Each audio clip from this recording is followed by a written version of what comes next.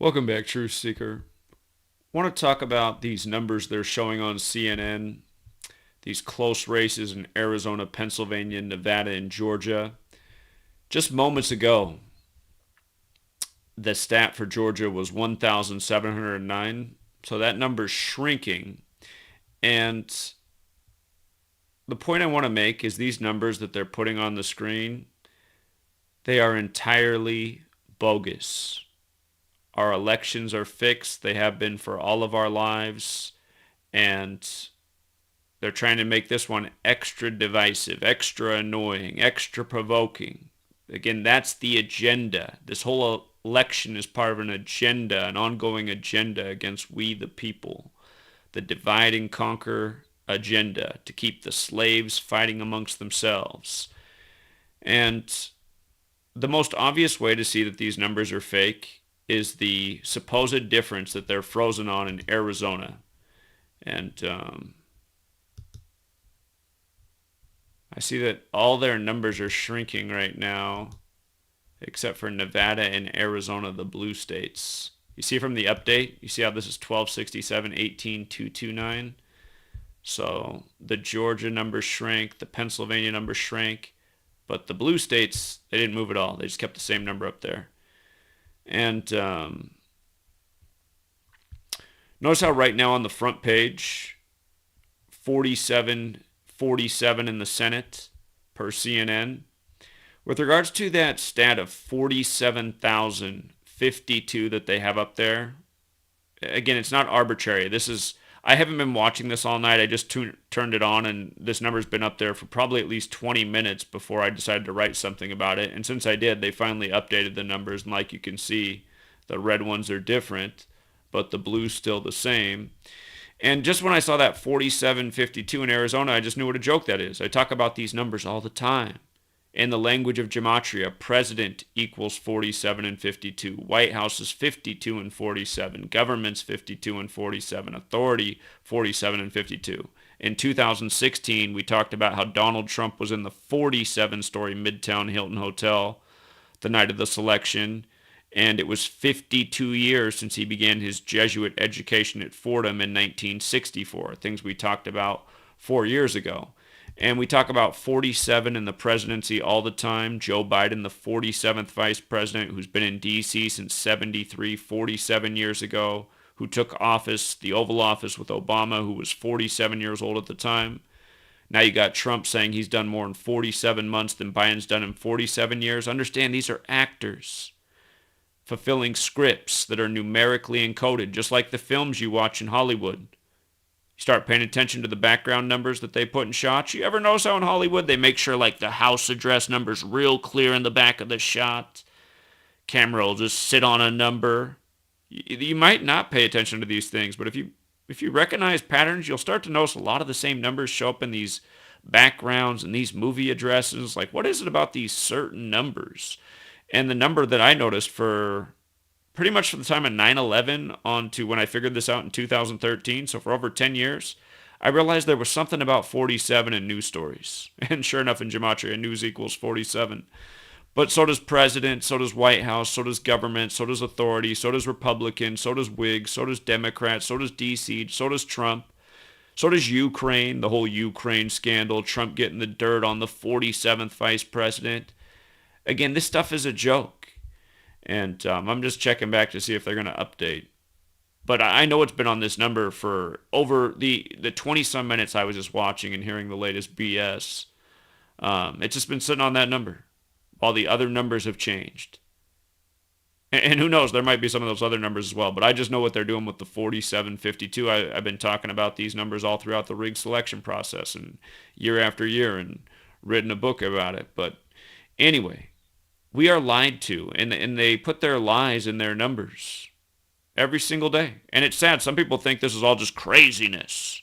If you're one of those people, realize you jump to the conclusion that something's crazy without having a valid reason to believe that, and that doesn't exactly make you crazy, but it makes you flawed in your thinking. You know. Anyway,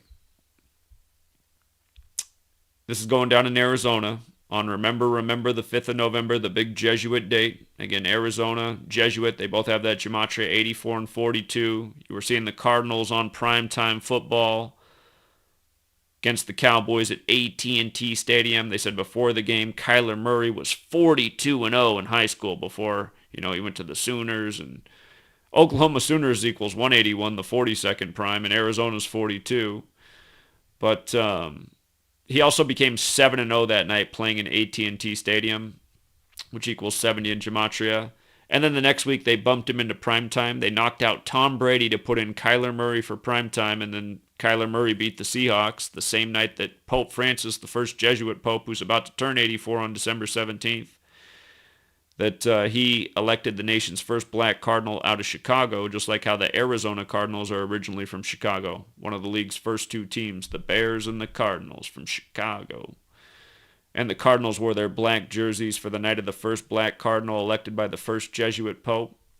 Again, all this stuff's related, from the sports to the politics. It's like George Orwell's 1984. The games and the politics and the screens, it's all the same. George Orwell was a member of the Fabian Society, named after a Jesuit. But today, remember the 5th of November, the day leaving 56 days left in the year. Society of Jesus 56, Washington, D.C. 56. Again, Donald Trump, he started his Jesuit education in 56 years ago. Every network but CNN has Trump on 214 electoral votes, which is 56 from the mark on the day leaving 56 days left in the year. So, tomorrow, November 6th, 11/6, I'll show you what's interesting about that date. Because on the East Coast, it's already November 6th. I'm on the West Coast. But just to go back to the death of Beau Biden at age 46, if Biden wins, he will become the 46th president, 46 weeks after the Pope's birthday, 46 books in the Catholic Old Testament, JFK, the only Catholic president to date, dead at 46. Joe Biden would be the second Catholic president, the 46th. And Ginsburg died 46 days before the election. But Joe Biden's son, Beau Biden, died at age 46, and he died 116 days after his birthday. Tomorrow, November 6th, 11/6, a lot like 116. And again, you guys, the people who run this world, they're creeps. They do everything by the numbers. If you want to look up the Breeders' Cup, the horse racing thing, on November 7th, there's a horse running called Halladay. 3 years ago, the Cy Young pitcher Roy Halladay died in a plane crash. Now, 3 years later, on the anniversary of his death, they have a horse named Halladay, spelled the same way. It's just these people, man. And the whole horse racing thing, from the NFL to horse racing to DC, it's the Jesuits running it.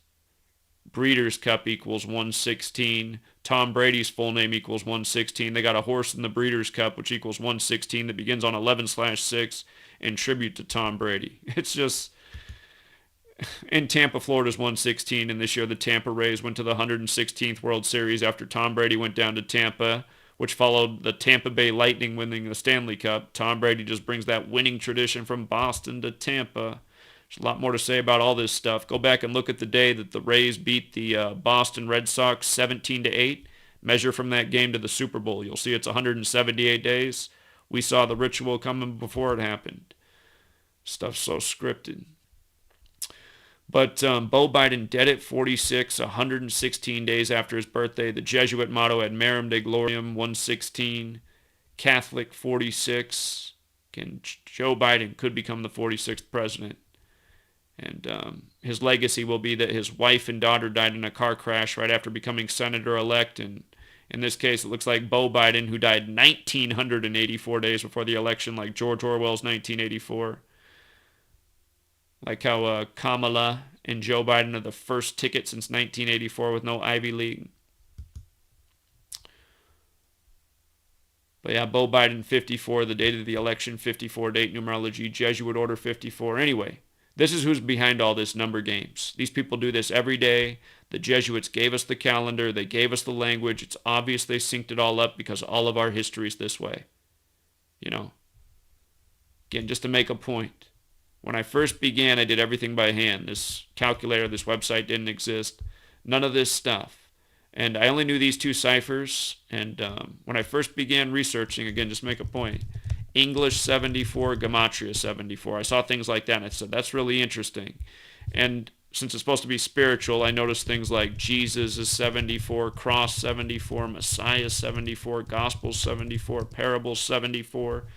Jesus, his story is the Gospel, the first four books of the New Testament.